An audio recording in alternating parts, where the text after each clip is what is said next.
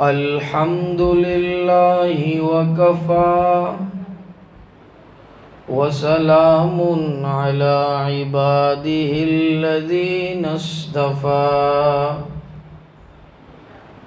خصوصا على أفضلهم وخاتم النبيين محمد الأمين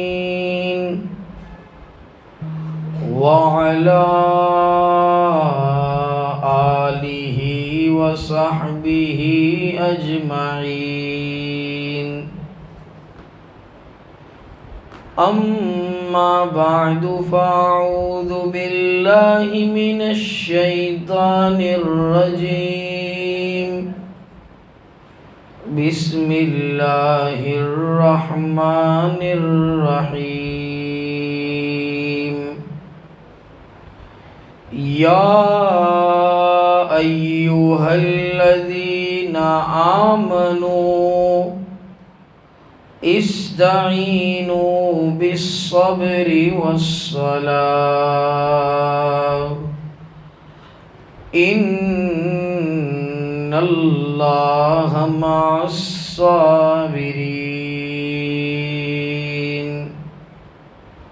عن النبي صلى الله عليه وسلم أنه قال: مفاتيح الجنة لا إله إلا الله،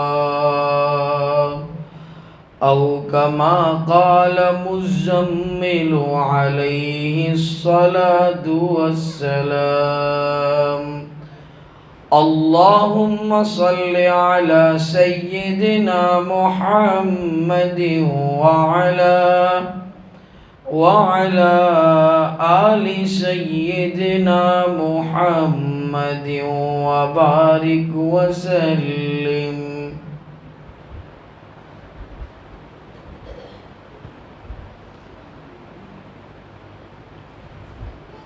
پردے میں بیٹھ کر سننے والی میری دینی مائیں اور بہنیں، اللہ تبارک و تعالی قرآن کریم کو نبی کریم صلی اللہ علیہ وسلم پر وقتاً فوقتاً جس طرح سے ضرورت پڑتی گئی نازل فرماتے گئے. قرآن کریم کے اندر اللہ تعالی نے مختلف طریقوں سے مختلف چیزوں کی تعلیم بندوں کو دی. ابھی جو قرآن کی آیت میں نے پڑھی اس میں اللہ تعالی نے انسانیت کا ایک بڑا اہم سبق پڑھایا. وہ یہ کہ اللہ تعالی فرماتے ہیں: یا ایھا الذین آمنوا، اے ایمان والو، استعینوا بالصبر والصلاۃ، تم اللہ سے مدد طلب کرو صبر کے ذریعے، نماز کے ذریعے. آگے فرماتے ہیں: ان اللہ مع الصابرین، یقیناً اللہ تبارک و تعالی صبر کرنے والوں کے ساتھ ہے. اللہ نے یہاں پر سبق جو پڑھایا ہے وہ صبر کا ہے. اب صبر کس کو کہتے ہیں یہ سمجھو. محرم الحرام کا مہینہ بھی جاری ہے اور اس میں بھی صحابہ کرام پر بڑے بڑے مظالم ہوئے. حضرت حسین رضی اللہ تعالیٰ عنہ کو شہید کیا گیا. امیر المؤمنین حضرت عمر بن خطاب رضی اللہ تعالیٰ عنہ کو بھی شہید کیا گیا۔ یہ بھی صبر کا مہینہ ہے، یہ مہینہ بھی پیغام دیتا ہے ہمیں صبر کرنے کا۔ لیکن میری مائیں اور بہنیں سمجھیں کہ صبر کیا ہے۔ ہم نے صرف صبر سمجھ رکھا ہے کہ کوئی ہمیں گالی دے تو ہم اس کو کچھ نہ کہیں، کوئی ہمیں ایک چانٹا رسید کر دے، ایک تماچا مار دے تو ہم اس کو بدلے میں کچھ نہ کہیں، نہ مارے نہ ڈانٹے، کوئی اس کے خلاف کارروائی نہ کرے، اس کے خلاف کوئی ایکشن نہ لے۔ اس کو ہم نے صبر سمجھا ہے۔ لیکن در حقیقت صبر کی الگ الگ قسمیں ہیں۔ 3 صبر کی قسمیں وہ سمجھو۔ پہلی قسم تو آپ لوگ جانتے ہی ہیں، وہ یہ کہ کوئی ہمیں مارتا ہے، تکلیف پہنچاتا ہے، نقصان دیتا ہے، ہم صبر کریں، اللہ کے لیے اسے معاف فرما دے یا اس کا معاملہ اللہ پر چھوڑ دے۔ ایک تو یہ صبر ہے، ہم سب جانتے ہیں اس صبر۔ لیکن ایک ہے صبر علی الطاعہ اور دوسرا ہے صبر علی المعصیہ۔ اب پہلے ہم سمجھیں صبر علی الطاعہ کو، کہ عبادات پر صبر کرنا۔ صبر علی الطاعہ کے معنی ہیں عبادات پر صبر کرنا۔ اب آپ سوچتے ہوں گے کہ عبادات پر صبر ہی کیسا؟ جی ہاں، یہ بھی ایک قسم کا صبر ہے۔ اس کو میں الگ الگ انداز سے سمجھانے کی کوشش کرتا ہوں اور آپ سمجھنے کی کوشش کریے۔ نمبر 1، نماز کا وقت ہوا اور مؤذن نے اذان کے اندر کہا حی علی الصلاۃ، آؤ نماز کی طرف، حی علی الفلاح، آؤ کامیابی کی طرف۔ اب اذان کے ذریعے پتہ چلا کہ نماز کا وقت ہوا، کامیابی کی طرف جانے کا وقت۔ لیکن اس وقت میں مرد ہو یا عورتیں ہوں، مردوں کو یاد آتا ہے کہ دکان پہ کام کاج باقی، عورتوں کو یاد آتا ہے کہ میرا کوکر جو ہے وہ ابل رہا ہے، اندر گوشت کی ہڈیاں چڑھائی ہوئی ہے، وہ جل جائے گا گوشت۔ عورتوں کو یاد آتا ہے کہ کام والی ابھی آ گئی ہے، ابھی نماز پڑھنے کھڑی رہی تو وہ پوچھا اور جھاڑو برابر سے نہیں لگائی۔ عورتوں کو اس وقت میں یاد آتا ہے نماز کے وقت میں کہ مجھے میرے بچے کے کپڑے دھونے۔ عورتوں کو نماز کے وقت میں یاد آئے گا کہ میری ساسو ماں کی مجھے یہ خدمت کرنی۔ عورتوں کو نماز کے وقت میں یاد آئے گا کہ میری نڑن آئی ہوئی ہے تو اس کا تو مجھے یہ خیال کرنا پڑے گا، ابھی میں یہ کام کر لیتی ہوں۔ نماز کے وقت میں یہ سب کام یاد آئیں گے تو اس وقت عبادت پر صبر یہ ہے کہ سارے کام کو سائٹ پر رکھ کے بالائے طاق رکھ دیا جائے گا، سائٹ پر کر دیا جائے گا، اور پہلے اللہ کا جو حکم ہے نماز کا پڑھنا، نماز کو ادا کرنا، ہم اس کے لیے تیار ہو جائے۔ یہ صبر علی الطاعہ ہے کہ ساری دنیا کی چیزیں ایک طرف، اللہ کا حکم ایک طرف۔ یہ عبادت پر صبر کرنا ہے کہ دل تو کہہ رہا ہے اس وقت نماز تو پڑھوں، دوسرے کام کروں، لیکن پہلے نماز ادا کی جائے گی، اس کے بعد دوسرے کام کی۔ نمبر 2، روزہ رکھنا ہے۔ اب روزہ رمضان آیا تو رکھا چونکہ فرض ہے، لیکن کبھی کبھی ہماری ماں بہنوں کو یہ خیال آتا ہے کہ روزہ رکھوں گی تو میں اپنے شوہر کا اور اپنے بچے کا خیال رکھنے میں جو ہے انکمپلیٹ رہوں گی، ان کا برابر خیال نہیں رکھ پاؤں گی، گھر کے کام کاج نہیں کر پاؤں گی، یہاں نہیں جا پاؤں گی، وہ بازار میں نہیں جا پاؤں گی، وہ بازار سے یہ شاپنگ نہیں کر پاؤں گی، یہ وہ ایران کے توران کے خیالات آتے ہیں۔ اس لیے کہ عبادات کے کرنے کے اندر انسان کی طبیعت ایسی ہو جاتی ہے کہ اس کا دل نہیں چاہتا ہے، لیکن نفس سے اور شیطان سے لڑ کر، مقابلہ کر کر عبادت کو کرنا، عبادات کو بجا لانا، اللہ کو راضی کرنا، رسول اکرم صلی اللہ علیہ وسلم کے طریقوں پر چلنا، ازواج مطہرات کے طریقوں پر چلنا، یہ ہمیں اس طرح سے زندگی گزارنا ضروری۔ یہ ہے صبر علی الطاعہ، کہ ہم کو کوئی عبادت چاہے فرض ہو، واجب ہو، سنت ہو، کرنے کا دل نہ کرے، اس کے باوجود ہم اپنے نفس سے مقابلہ کریں، شیطان سے مقابلہ کرے اور اس کام کو کرے، تو یہ صبر علی الطاعہ ہوا۔ مثال کے طور پر جھوٹ بولنا، اب کوئی جگہ جھوٹ بولنے کی واری آ گئی، ہم کو بولنا پڑ رہا ہے، لیکن اس وقت ہم یہ سوچے کہ ہم جھوٹ نہیں بولے گی، ہم کو ذرہ برابر کوئی فرق نہیں پڑتا، ہماری نڑن کو، ہماری ساس کو جو لگنے کا وہ لگے، میں تو سچ بولوں گی بھائی۔ ہاں، جھوٹ نہ بولنا، یہ صبر کرنا ہے عبادت پر۔ یعنی اس وقت دل کہہ رہا ہے کہ جھوٹ بول کر گلی پکڑ لوں گی، ساس کی آنکھیں جو ہیں اس سے بچ جاؤں گی، اور نڑن کے تانے ٹچکوں سے بچ جاؤں گی، نہیں بولنا ہے جھوٹ۔ اس کو جو کرنا ہے کرے، جتنی آنکھیں دکھاتی ہو دکھائے نا بھائی، جو کرنا ہے کر لے، میں جھوٹ نہیں بولوں، یہ حقیقت۔ تو یہ صبر کرنا ہے عبادت۔ غیبت کرنا، ہاں یہ بہت مزہ آتی ہے بھائی ہماری ماں بہنوں کو، اس کے اندر ذرا ملتے ہیں اور باتیں کرتے فوراً، وہ دیکھو پتہ چلا وہ بازو والی کا کیا ہوا، دیکھو خبر ہے کہ بازو والی کے شوہر نے اس کو ابھی نکال دیا، بہت لڑائیاں ہوئی بھائی، آج تو بہت دھما دھمی چل گئی بھائی ان کے گھر میں تو۔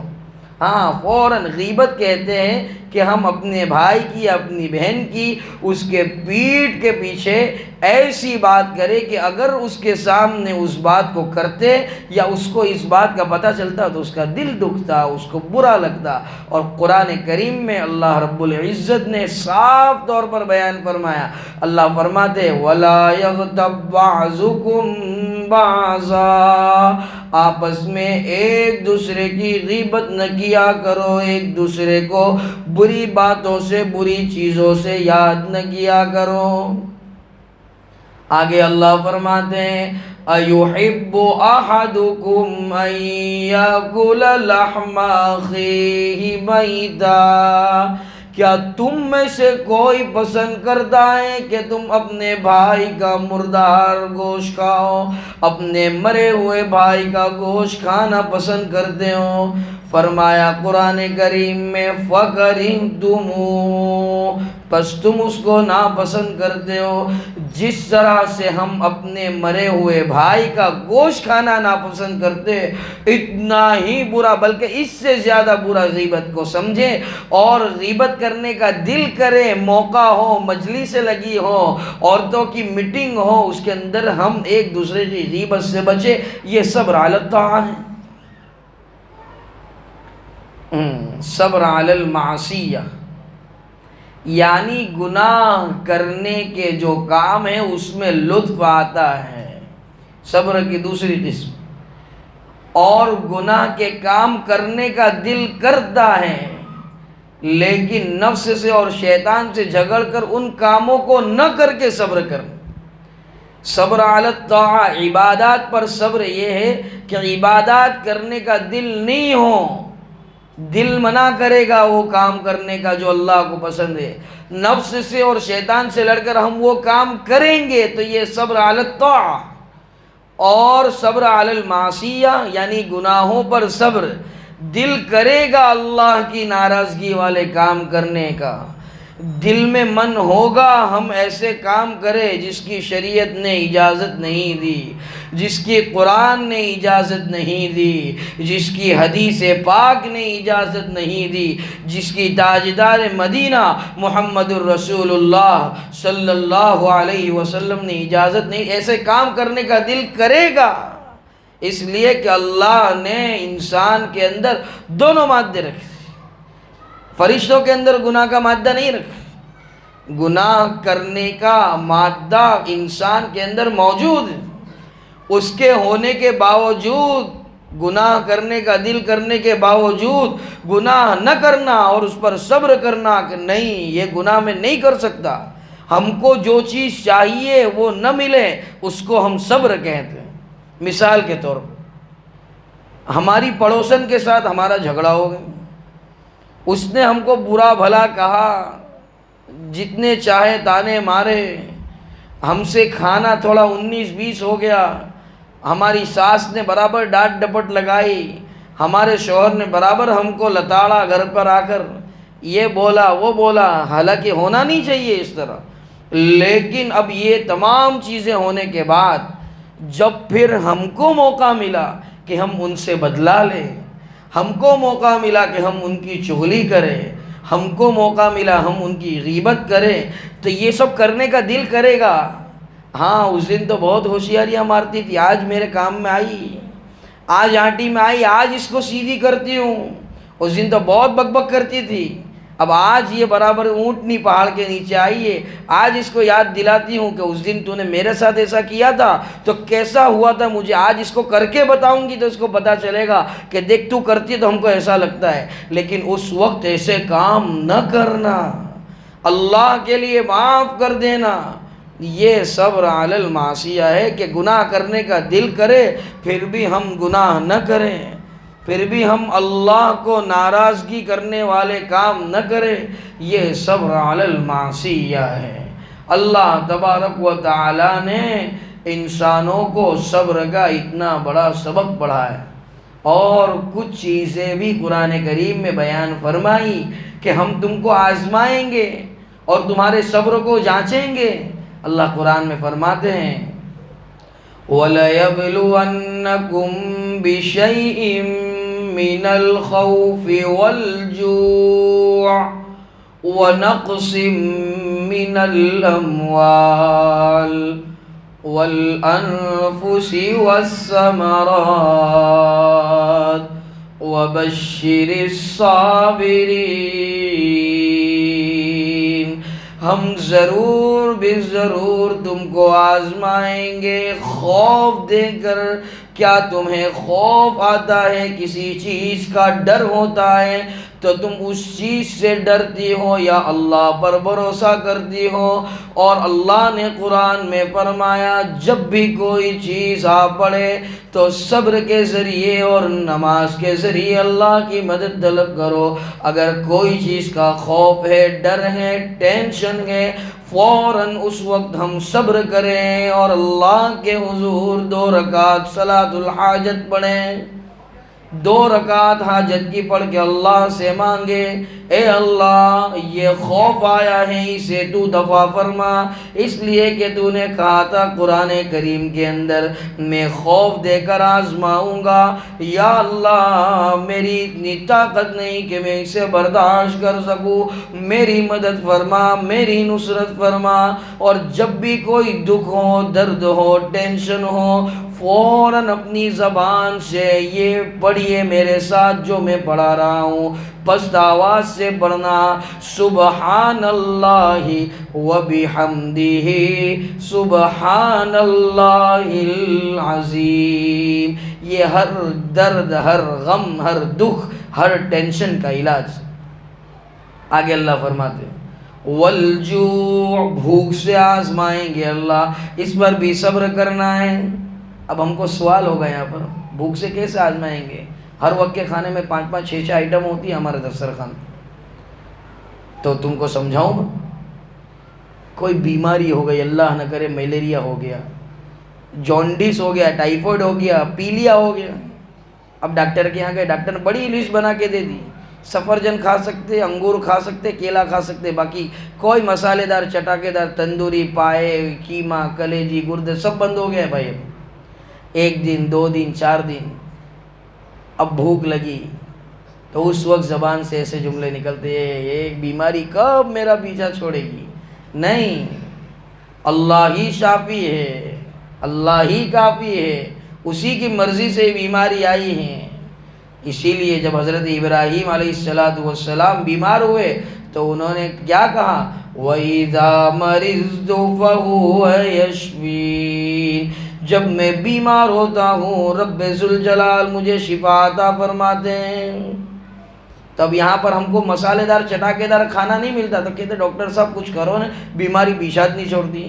ہاں، ڈاکٹر کو کہنے کا آپ علاج کرو، اللہ کو کہنے کا اے اللہ تو نے کہا تھا کہ تو بھوک سے آزمائے گا، بیماری میں اچھی اچھی چیزیں نہیں کھا سکتی، نہیں پی سکتی، اللہ بیماری دور فرما، اور تیری نعمتیں مجھے کھانی ہے، مجھے تیری نعمتوں سے فائدہ اٹھانا ہے، میرے لیے آسان فرما. آگے فرمایا وَنَقْسِم مِّنَ الْأَمْوَالِ، یہ عورتوں کا انٹرنیشنل مسئلہ ہے. شوہر روزانہ 200 دے گا، دیتے ہی نہیں، 300 روپے کہتی ہوں اتنے دن سے دیتے ہی نہیں. تم خرچہ بڑھاؤ، خرچہ بڑھاؤ. مہینے 10,000 میں ہوتا کیا ہے کہ تمہارا چھوکرا آتا ہے 20 لے جاتا ہے، تمہاری لڑکی آتی ہے 20 لے جاتا ہے، میرے پاس تو بچتا ہی نہیں کچھ. ہاں، تو اس وقت کیا کرنا ہے؟ بجائے شوہر کو بولنے کے، بجائے شوہر کی بغیر اجازت کے اس کے جیب سے پیسے نکالنے کے، اللہ حفاظت فرمائے، اللہ سے کہنا ہے اللہ تو نے فرمایا مال کی کمی کے ذریعے تو آزمائے گا، میرے شوہر کے رزق میں ایسی برکت عطا فرما کہ میری منشا کے مطابق اور میری ضرورت کے مطابق وہ مجھے مال دے سکے. آگے کیا کہا اللہ؟ والانفس، جانوں کو لے کر اللہ آزمائیں گے. ہماری ماں کا، ہمارے بیٹے کا، ہمارے شوہر کا انتقال ہو گیا، اس وقت اکثر عورتیں زور زور سے روتی ہیں، ہائے واویلا کرتی ہیں. کیوں ایسا کرتے ہو؟ آپ لوگ ہم کیوں ایسا کریں؟ یہ موت کا آنا یہ اللہ کا فیصلہ ہے. زبان سے کبھی ایسے جملے نکل جاتے، یا اللہ تجھے صرف یہی دکھا تھا، نعوذ باللہ میری عمر اس سے لگ جاتی. نہیں، ایک مثال سے سمجھو. دنیا میں اگر ہم نے بازو والے سے کوئی چیز استعمال کی لی، کہا بھابھی ذرا دینا نا میرے کو ایک چھری کاٹنے کے لیے، اب ہمارا کاٹنے کا کام ختم ہو گیا، اور بازو والی آئی کہا بھائی میری چھری لوٹاؤ، تو پھر ہم لوگوں کے اندر اس کی برائی کرتے پھرے، کیسی عورت ہے، چھری دی اور لینے آ گئی واپس، چھری واپس مانگ. سب یوں ہی کہیں گے ارے آپا آپ کے پاس نہیں تھی چھری، آپ کو اس نے استعمال کے لیے دی، اس کی چیز تھی، جب آپ کو ضرورت تھی، جب اس کو ضرورت پڑی اس نے واپس لے لی. تو ہماری اولاد اور دنیا میں ایک ایک جان یہ اللہ کی امانت ہے. اللہ نے جب چاہا دی اور جب چاہے گا لے لے گا، اس کے فیصلے پر ہم راضی رہیں. آخری بات والثمرات، ثمرات کے معنی آتے ہیں پھل کے. ہم کہتے ہیں نا کوئی بھی کام کریں گے تو ہم کو اس کا پھل ملے گا، اس کا نتیجہ ملے گا، لیکن کبھی کبھی وہ نہیں ملتا.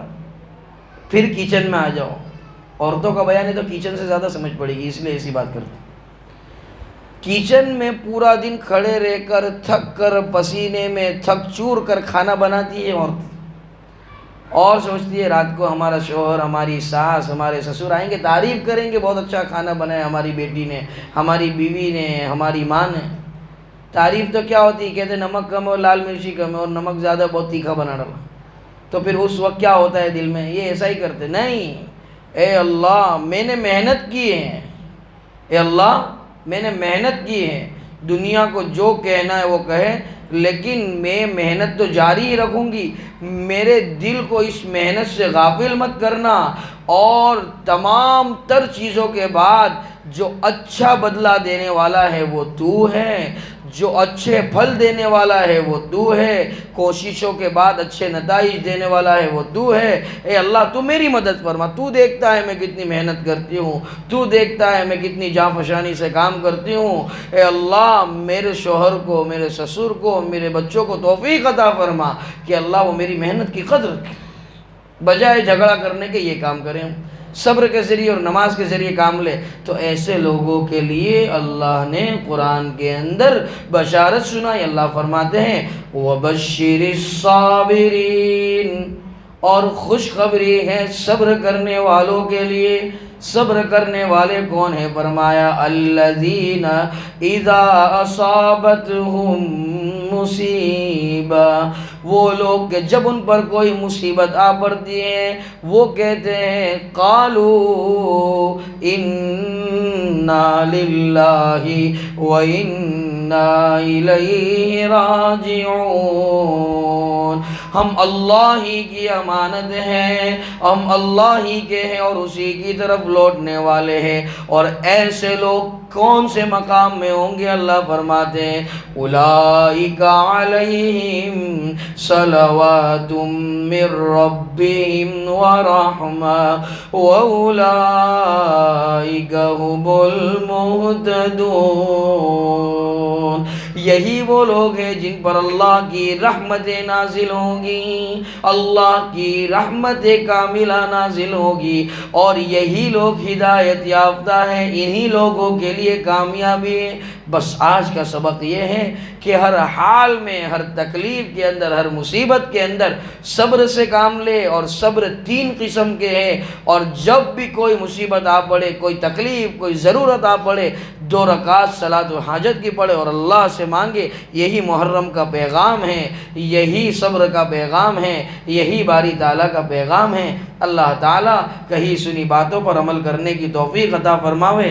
ایک اہم اعلان ہے کہ 5 تاریخ کو اجتماع ہے واپی کے اندر، تو وہ اجتماع کے اندر عورتیں اپنے مردوں کو اللہ کے دین کی خدمت کے لیے بھیجیں، دین کی محنت کے لیے بھیجیں، اپنے مردوں کو سامنے سے جا کر کہے کہ یہ اجتماع میں آپ شریک ہوں، اور اس اجتماع کی کامیابی کے لیے کوئی نہ کوئی ورد کرنے کا اہتمام کرے، کوئی روزہ رکھ لے، کوئی نماز پڑھ لے 2 رکعت، کوئی نیت کر لے، اور اس اجتماع کو کامیاب بنانے کی بھرپور کوشش کرے۔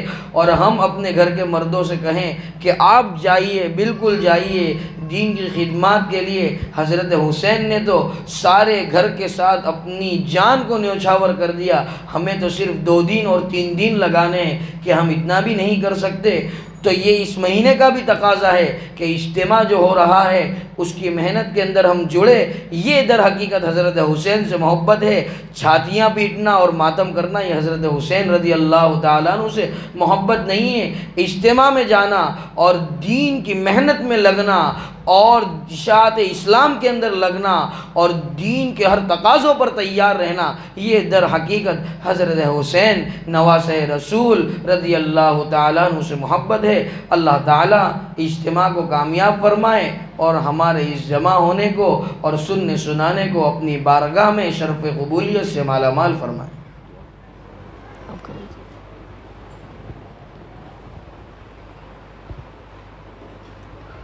بسم اللہ الرحمن الرحیم۔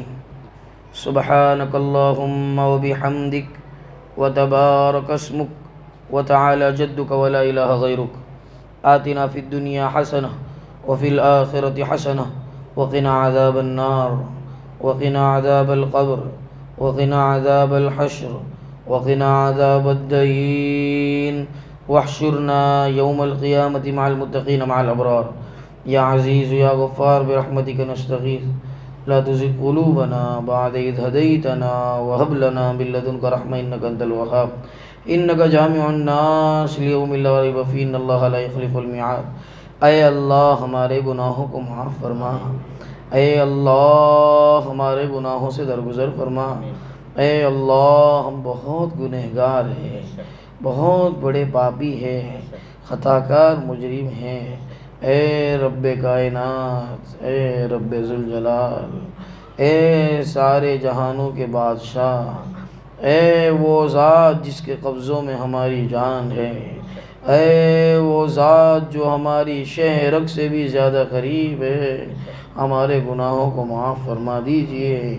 یا اللہ گناہوں کے بڑے بڑے انبار لے کر تیری چوکھٹ پر آئے ہیں، اللہ تیری چوکھٹ پہ آنے والا خالی نہیں جاتا، یا اللہ خالی ہاتھ نہ لوٹائیو، یا اللہ مغفرت کے پروانوں کے ساتھ لوٹا، مغفرت کے سرٹیفکیٹ عطا فرما۔